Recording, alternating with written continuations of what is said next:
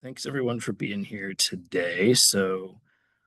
Today's webinar, the 2024-2025 performance period annual reports for state agencies. I'll just go through a bit of a guidance process, and then because this is the first time that we have done state agency annual reports in our portal, Sharika is going to pull up a test version and walk through how to complete one.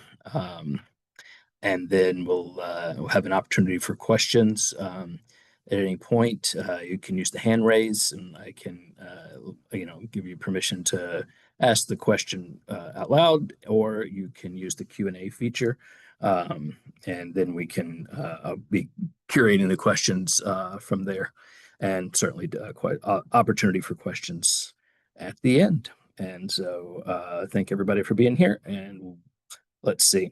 So for those who maybe don't know, I am Charlie Linticum. I'm the Director of Operations for the Virginia Opioid Abatement Authority, and in that I oversee all of our grant and award programs, as well as outreach and technical support that surrounds all of that. And we also have with us, who's going to be our main speaker today, Sharika Bridges, who's our Senior Grants Compliance Analyst, who does all the dotting of the I's and crossing of the T's and makes sure everybody at the OAA and then all of the awardees like you all have the resources they need, as well as getting things filed and working through any technical issues that may come up, be they something that's trying to figure out how to put something into the system or working with her vendor to help get something resolved. I think from there, I will just turn it over to you, Sharika. All right, good morning, everyone. So today we're going to outline our webinar agenda. We'll start with some brief introductions regarding the purpose of the 24-25 annual report. We'll talk through the annual reporting deadline, some requirements related to the annual report. We'll give you an overview of instructions for initiating the annual report in the OAA grant portal. And then we'll go through a brief overview of the different sections of the annual report. As well as Charlie mentioned, provide an example of how to generate and go through the sections within the grants portal. So shifting gears a little with some overall introductions and information regarding the annual report. This annual reporting process is required for all awards on an annual basis. The 2024-2025 annual report for state agencies is designed to provide the OAA with updates regarding your proposal status at the end of the performance period year. The report is both programmatic and financial in nature, so there is a narrative, a performance measures update, information regarding your objectives and your timeline on the programmatic side of things, as well as information regarding your final expenditures and your budget related to financial reporting. Once the agencies have submitted the 24-25 annual report, the OAA staff will review each submitted report to assess compliance with the grant requirements, and we use 3 compliance ratings to do so. So we'll evaluate whether your grant project is compliant, substantially compliant, or non-compliant. And we'll be engaging with the agencies throughout this process. So if there's something that we need clarification on, or if there's some missing information or documents that we need from the agency, we will definitely communicate that and give agencies an opportunity to provide additional information. Also, we want to reiterate that, again, this annual reporting process is required for all OAA awards on an annual basis. And so this 2024-2025 annual reporting requirement is outlined in Section 14 of your 24-25 Memorandum of Understanding.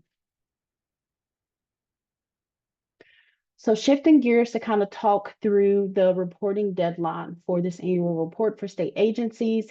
The 24-25 annual reports are now available in the OAA grants portal for state agencies to begin working on. The reports must be submitted to the OAA by 11:59 p.m. on Monday, November 17th, and that process is done through the OAA grants portal. For several agencies, you may have had one or more 24-25 awarded projects. And for those agencies that have more than one project that was awarded for the 24-25 period of performance year, you are required to complete a separate annual report for each project. Even if those projects were not renewed for the 25-26 period of performance year, you're still required to complete an annual report. And then for those projects that are newly awarded for the 25-26 period of performance year, they are not required to submit an annual report during this annual reporting cycle. That will be done in late October, November of 2026. Again, kind of shifting gears to talk through some of the reporting requirements, we want to reiterate that a separate 24-25 annual report must be submitted for each project that was awarded for that performance year, including projects that were not renewed for the 25-26 period of performance year. Again, the new 25-26 awarded projects, they're not required to submit an annual report during this reporting cycle. And then this report follows the same structure as your proposal renewals, as the carry forward true-up process, where it does require an e-signature component. And so your report must be e-signed by your agency head, your deputy head, or anyone that they've designated signatory authority to. And that e-signature process should take place before 11:59 p.m. on Monday, November 17th. As you begin working through the reports in the grants portal, if you experience any issues or if you have any questions and you need to engage with the OAA, we kindly ask that you use the communications tab in the grants portal and contact the staff member that you've been in communication with, either through your 25-26 renewals or through the 24-25 carry forward true up process.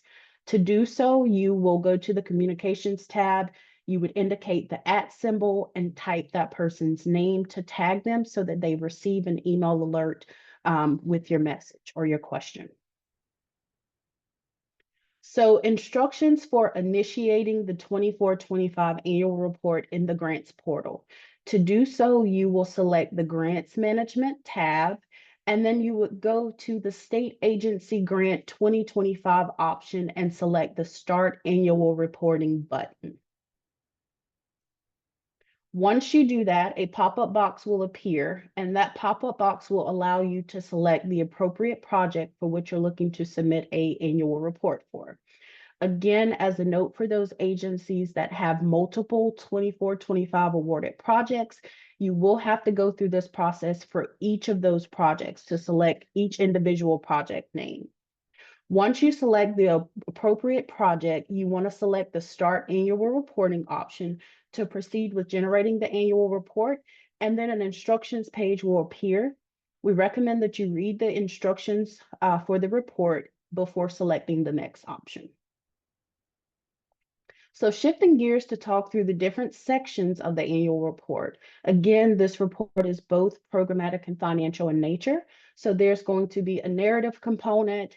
You're going to have a budget component that includes reporting on your personnel expenditures, your operating or capital expenditures, as well as a budget overview. There's also a section for you to report on your performance measures, your objectives, and your timeline. There's a reference information section for you to attach documents. And then there's also the signature process, again, that is required. The report is required to be e-signed by your agency head, deputy head, or their designee. So moving towards the narrative section of the report, as you can see on the screen, the project name will automatically populate from when you initiated the report. So for this section, you're required to provide 3 different responses. Those are outlined here in burgundy on the screen. So the first section is we require a narrative update on the status of the project. We ask that you indicate any project successes, any challenges that you experienced during the implementation of your projects for the 24-25 period of performance year. And if you had any challenges, we ask that you explain the actions that your agency has taken to address those challenges. The second question asks for a narrative update regarding the project's impact as a result of your implementation during the 24-25 period of performance year. And then the final question for the narrative report is related to a narrative update on plans for the project sustainability, as well as if you have any pertinent details regarding project expenditures for the 24-25 period of performance year. Shifting gears to the budget section. So again, the first part of the budget section is related to personnel expenditures. So in this section, if you had any approved personnel line items related to your project, those will be listed here. It will automatically populate the number of FTEs for your salaried staff and your part-time wage staff. It'll also automatically populate the awarded amount that was approved for that respective line item. You will be required to indicate the expended amount, and this expended amount is again related to the 24-25 period of performance year. So for this section, you will only need to indicate what was expended for each approved line item related to your personnel expenses. Kind of the same process for your operating and capital expenses. So if you have any approved operating or capital expenses related to your project, the awarded amount will automatically populate, and you would simply indicate how much was expended for each respective line item in this section. And then shifting to the budget overview. So in this section, you will have to indicate the expended amount for 2024-2025 related to the different revenue sources. So some projects may have non-OAA funding sources pledged as matching funds. Some projects may not, but all projects will need to indicate how much was expended related to the state agency OAA funding source. So you would see that kind of outlined here on the screen. The second part of the budget overview is related to carry forward amounts. So if you look at the top portion of this screenshot, you can see the expenses listed. Those total expended amounts will automatically populate from the information that you enter on the personnel expenditures and the operating and capital expenditures pages. So you won't have to enter anything in that section. However, you will have to indicate the carry forward amount approved by the grants committee as outlined here on the screen. Just a quick note regarding this particular option, you want to make sure that you're entering in the carry forward amount that was in your carry forward true up report that was previously submitted. So if you have any questions regarding this process, let us know. We know that it says amount approved by grants committee, but we want to reiterate that you're going to enter in the carry forward amount that was automatically or indicated in your carry forward true up report. So shifting gears to the budget overview related to the performance measures section of this report. Here you will see any of your approved 2024-2025 project performance measures, and you'll have the opportunity to report your actual achieved performance measures for the 24-25 period of performance year. As you can see outlined at the top of this snapshot, there's also a section for you to provide comments related to your performance measures that were actually achieved during the 24-25 period of performance year. There is also a section at the bottom of this section of the report that will allow you to provide us with any additional information related to your reported performance measures. And then as you're going through this section and completing it, we recommend that you review the OA issued performance measures guidance document. We also have a webinar recording for an Abatement Academy session that we had for that particular guidance. And that basically will give you some definitions related to performance measures. It'll also give you some information regarding general standards, guidance for any measures that are collected by partners or subrecipients, et cetera, for this annual report. We want to reiterate with your performance measures, if the OAA has approved an enhancement or an expansion to an initiative that was already in effect with the agency, you want to only report performance measures related to the OAA funded enhancement or expansion. So we do have some guidance surrounding that in these guidance documents. A copy of these slides will be provided to you all, and these guidance documents and the webinar recording, they're all hyperlinked so that you can easily assess that guidance and information. Shifting gears to your objectives and your timeline. In this section, you're going to indicate your actual or revised start date and completion date for each approved objective that is associated with your project. You also have an option to provide some additional feedback or comments to the OAA via the text box that's outlined here at the bottom of the screenshot.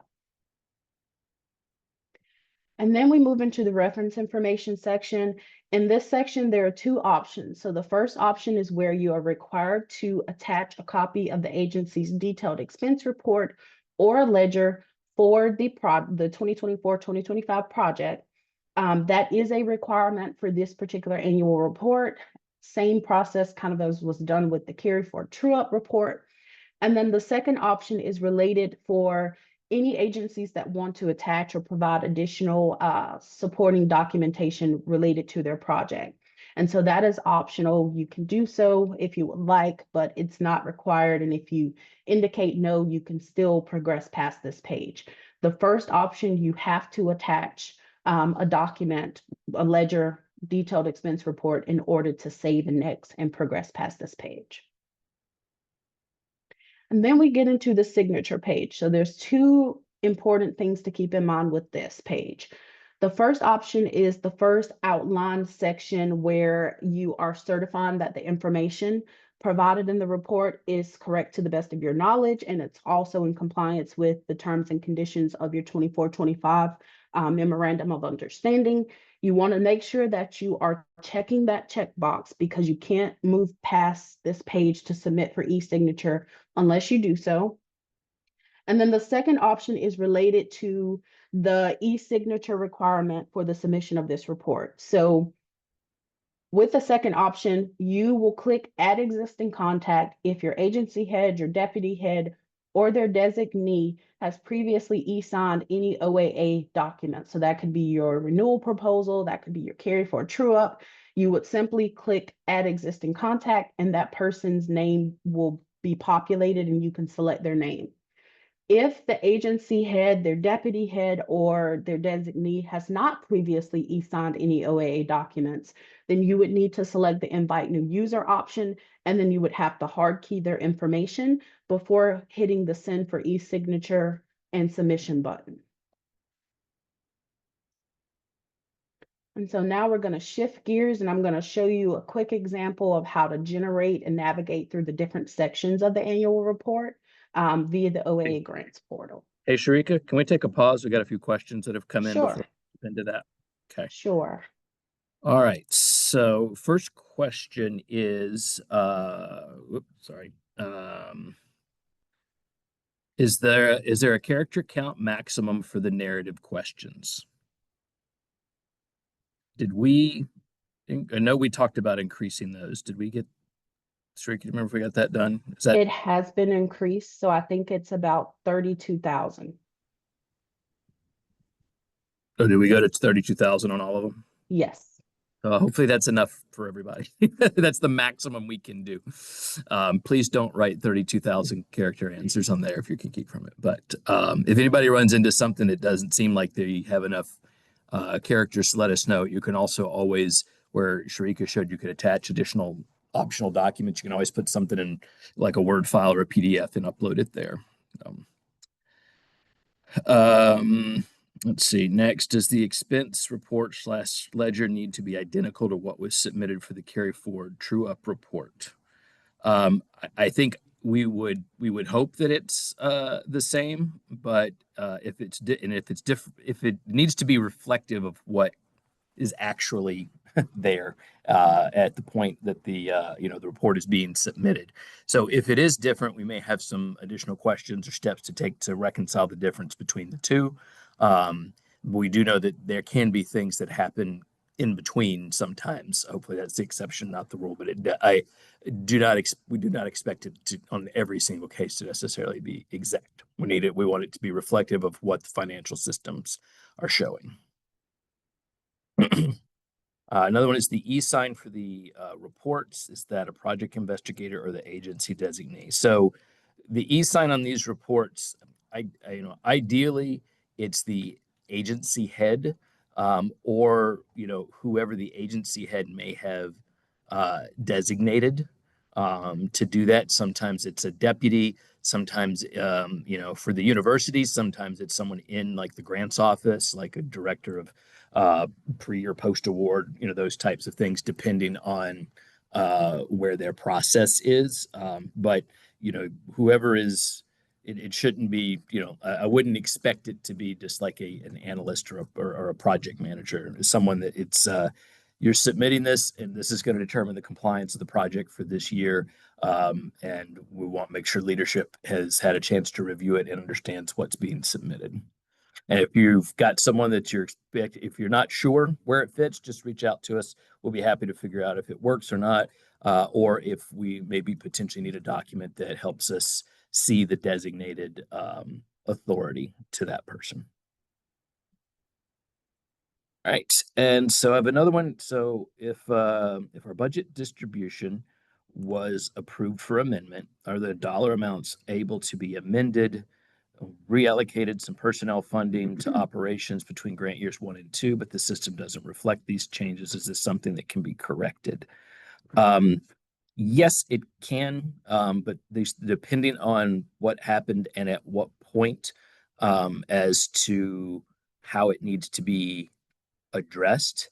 So I recommend you reach out to the person that you've been working with on this grant, and also reach out to Sharika and myself. We'd be happy to talk through the situation to figure out what needs to happen and at what point. There's some things that we can do amendments in the system to and have them approved administratively. They don't have to go back to the grants committee, because it's just award amounts are not changing, scope's not changing. It's just moving things around amongst line items.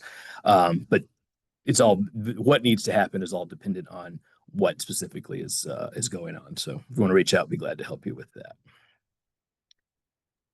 All right. That is all I am seeing for now. Back to you, Sharika. Thank you, Charlie.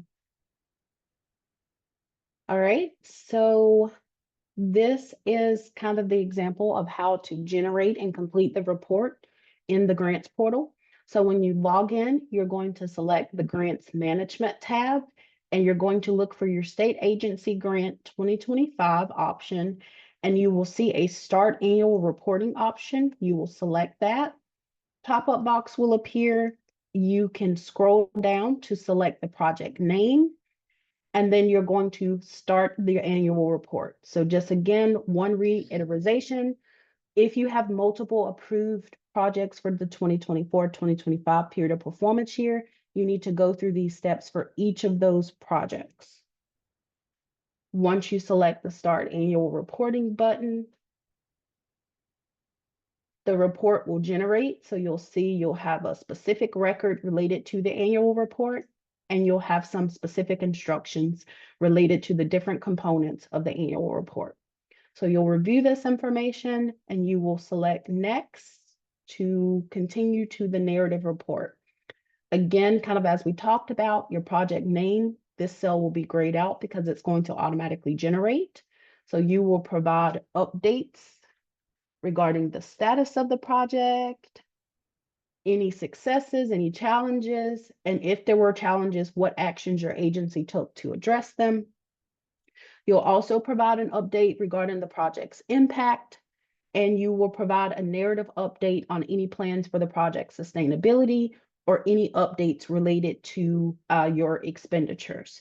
If you are looking to kind of put placeholders to kind of progress through the different sections, and you want to come back to work on some sections, you can kind of just put placeholders in here, like I'm kind of doing to move forward to the different components of the report.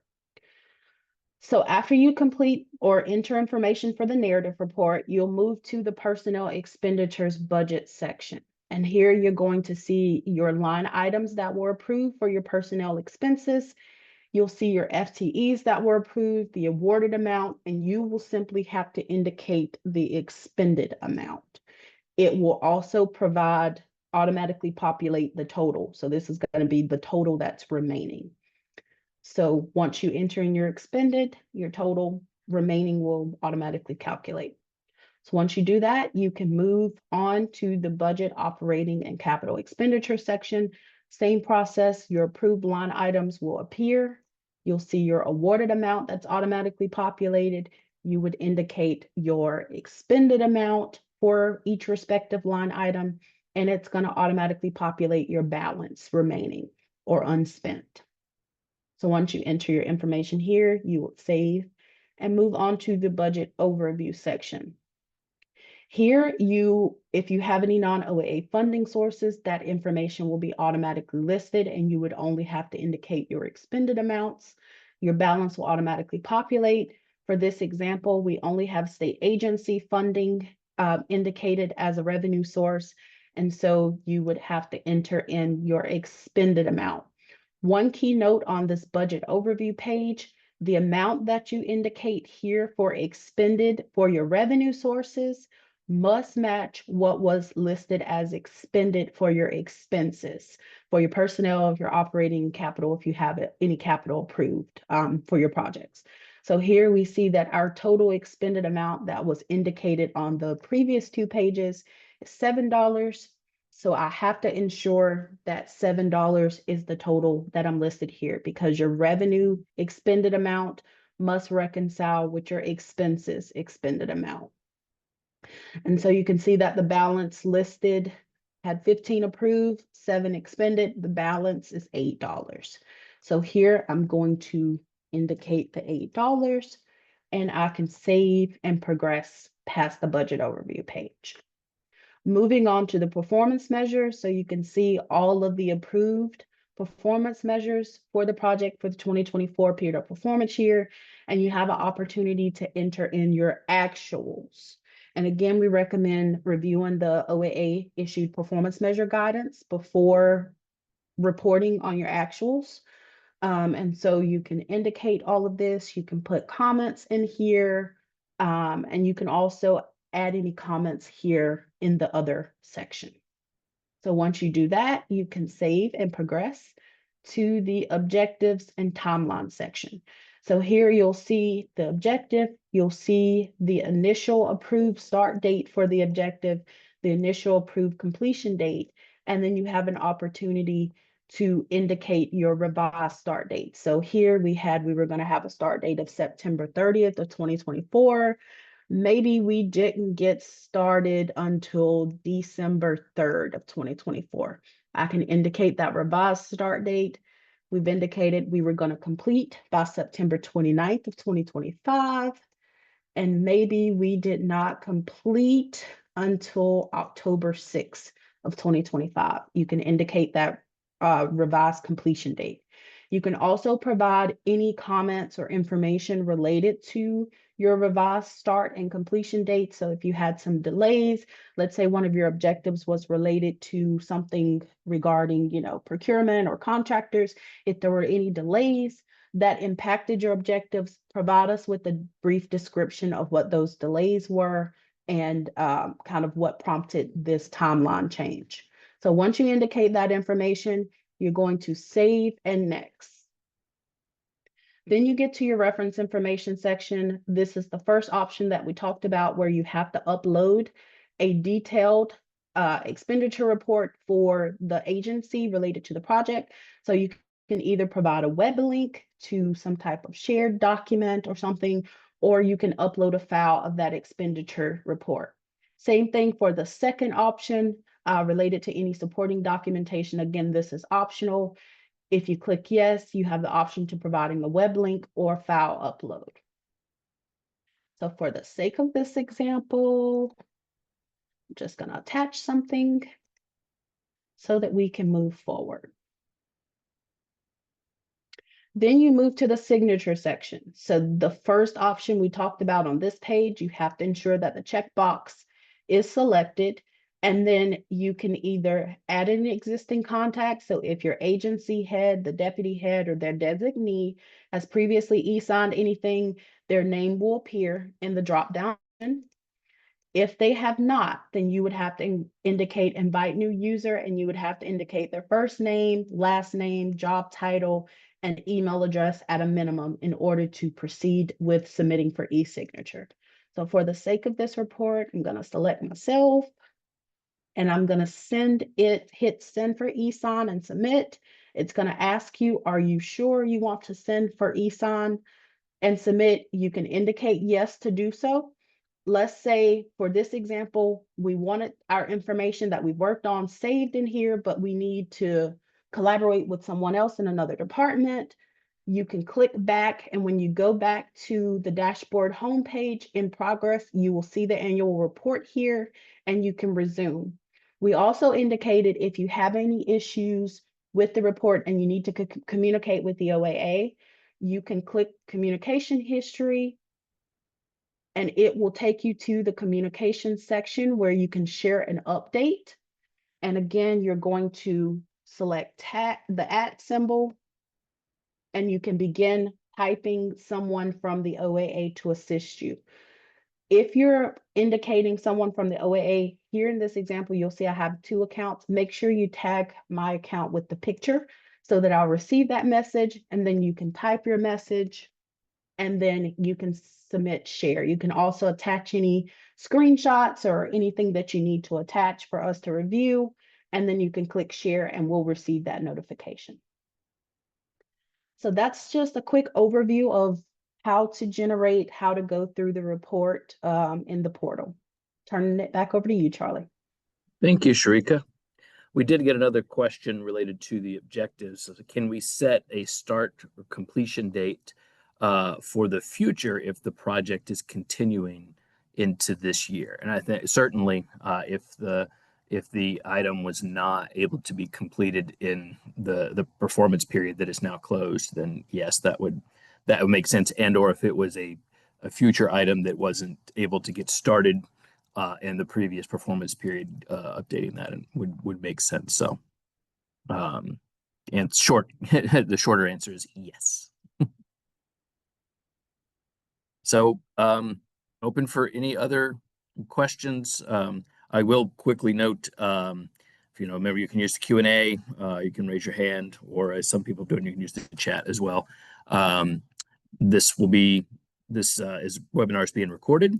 And those of you that are registered, anybody else that was registered, even if they were not able to attend, should get an email when the recording is available. And then we will also, not long after that, try to get it posted on our Abatement Academy webpage along with the slide deck. And so we'll try to get a newsletter update out when that is available. Also, as I think Sharika mentioned, start early. Yes, there's plenty of you. We keep running into odd small problems because of our first year doing this in the portal. So the more time we have to work with our vendor to resolve those, the better. But if a portal issue ends up preventing you from being able to complete it and submit it in a timely manner, you will not be penalized for that. We will provide you with an extension and work with you on that.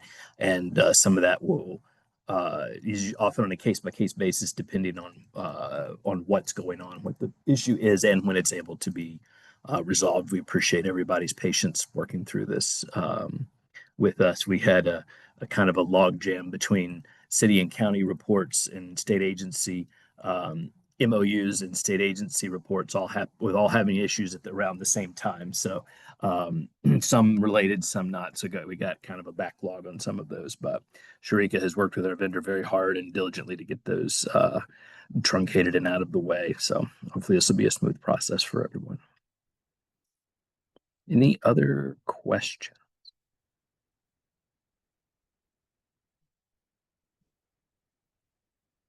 Going once.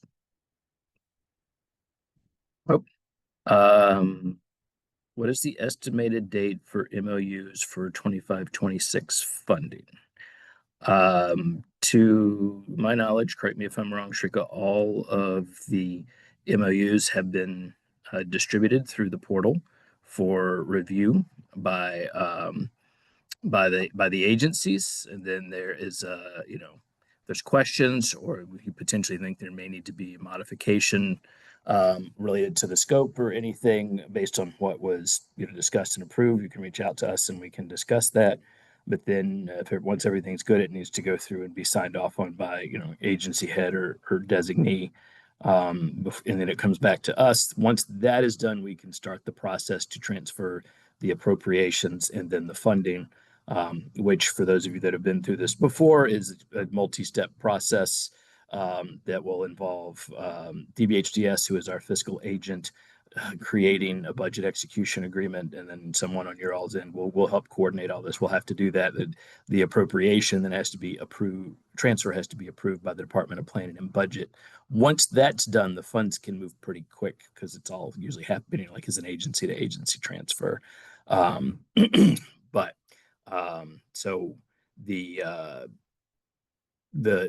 the kicker is to get the MOU reviewed and signed. If anybody's having trouble finding or accessing it, just please reach out. We'll be happy to help you walk through that. Another question, if we are part of a larger state OAA request, do we still need to submit reporting individually? I think I need a little more detail as if, are you a subrecipient or do you just have one project for an agent from an agency that has multiple projects? That would be my question. Okay, great. Yes. So yes, if you're part of an agency that has multiple projects, most of those agencies have someone who's coordinating them. So work through your contacts there because there's a limited number of users that can be in the portal to help control some of the costs on our end. And so I think most of the agencies that have a lot of projects have got a process for that. But anyway, if you have any questions, you're more than welcome to reach out.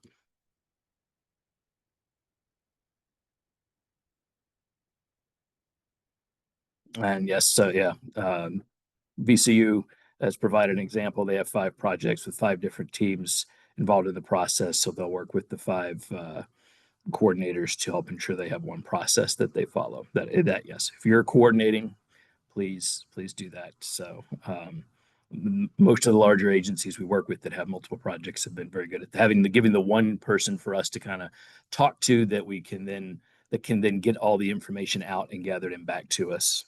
But if you get into a project that you've got some questions that doesn't apply to the others, we're happy to have a meeting with you, the coordinator and the other experts as well, if we need to work through something. We do that throughout the year as well. All right. Any other questions?